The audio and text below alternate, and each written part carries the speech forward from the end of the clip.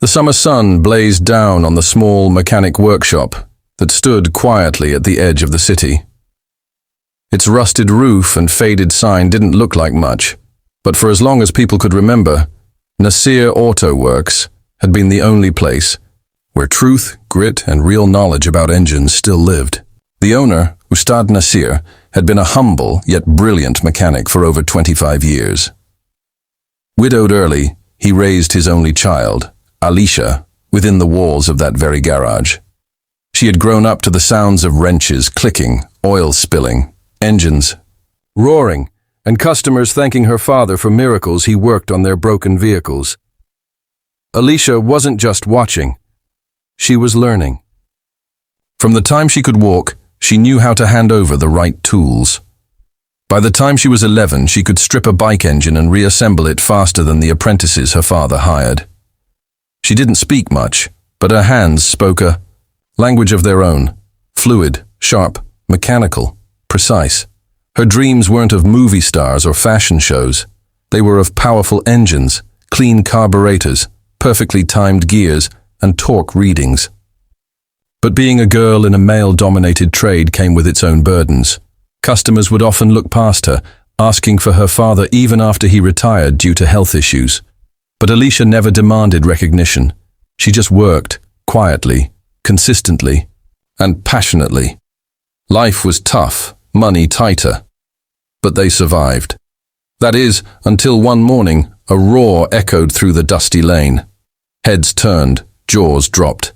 A blood-red Ferrari rolled up in front of the garage like a beast among cattle. The door lifted, and out stepped a man whose name was whispered across every business newspaper in the country. Bilal Rahman, billionaire industrialist, owner of Rahman Motors, one of the biggest automobile manufacturing giants in South Asia. With a perfectly tailored suit, gold sunglasses, and a sharp look in his eyes, he didn't belong in a place like Nasir Auto Works. His guards stood like statues, and even the neighbors peeked from their windows to catch a glimpse.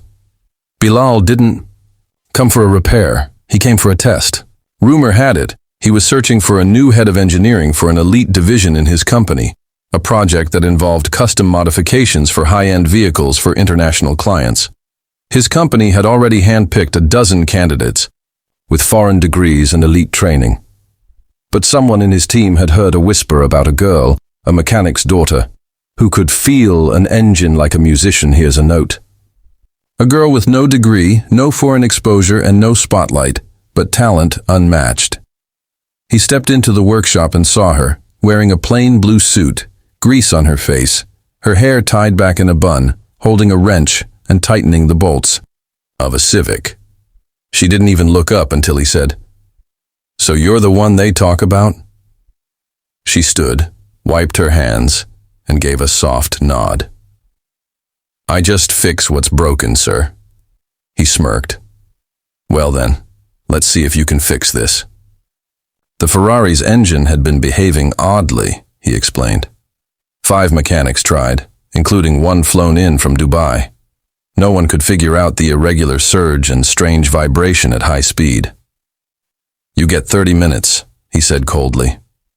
"Touch the engine, diagnose it and fix it, if you can. If not, I walk away." She didn't blink.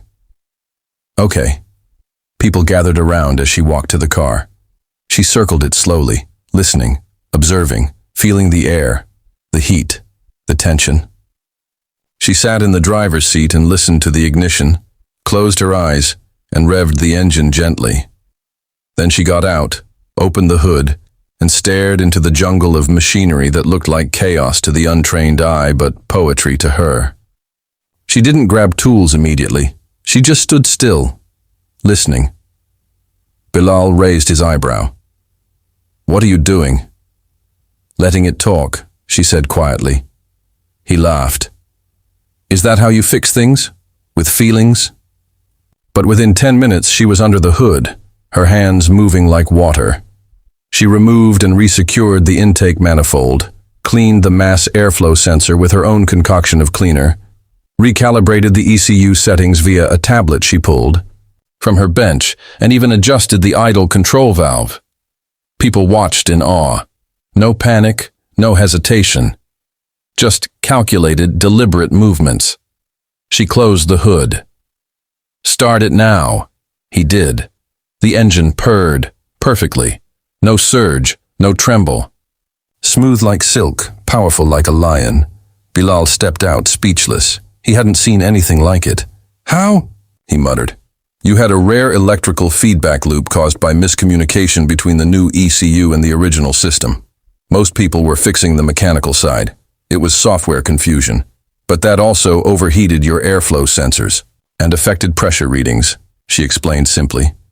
It wasn't just her knowledge. It was the clarity, the calm confidence. He looked at her again. This time, really looked. That day, Bilal Rehman didn't just offer her a job. He offered her a blank check. "Name your salary, your position, and your location," he said. But she shook her head. "I don't want to leave this place yet. This garage built me." Instead, they struck a deal. She would consult on his projects part-time while continuing her work at her father's garage. And thus began a journey that would redefine who Alicia was to the world. In the months that followed, Alicia became the face of genius that didn't wear a lab coat or come from ivy-covered buildings. She trained engineers older than her.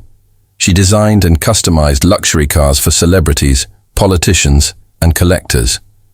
She developed a unique engine cooling system that reduced overheating in hypercars running in desert climates. Bilal, once skeptical, now called her our secret weapon. But her fame brought attention and jealousy. At a high-profile auto expo in Dubai, one of the rival engineers, Zain, mocked her publicly. "Fixing a Ferrari is not the same as designing one," he sneered. "I don't care how many greasy bolts she's touched. She doesn't belong here." The room went quiet. Cameras captured every word. Alicia didn't shout. She smiled. Later that evening, in a private demonstration, she presented her new design, a compact, multi-fuel hybrid engine model with dual torque optimization, something no one had seen. Even Bilal didn't know she was working on it. It wasn't flashy. It was revolutionary. And she explained it without a single slide, just her hands, a few sketches, and a passion that lit up the room. When she finished, even Zain clapped, reluctantly. The next morning, she was featured in 3 international auto magazines. The title read, "From Grease to Genius, How a Mechanic's Daughter is Changing the Future of Cars." But Alicia never let the fame change her. Every Friday, she returned to her father's garage, helped fix local bikes and cars, and even trained village girls who wanted to learn mechanics but had no support. She started a small fund for technical education for underprivileged youth. Her philosophy was simple.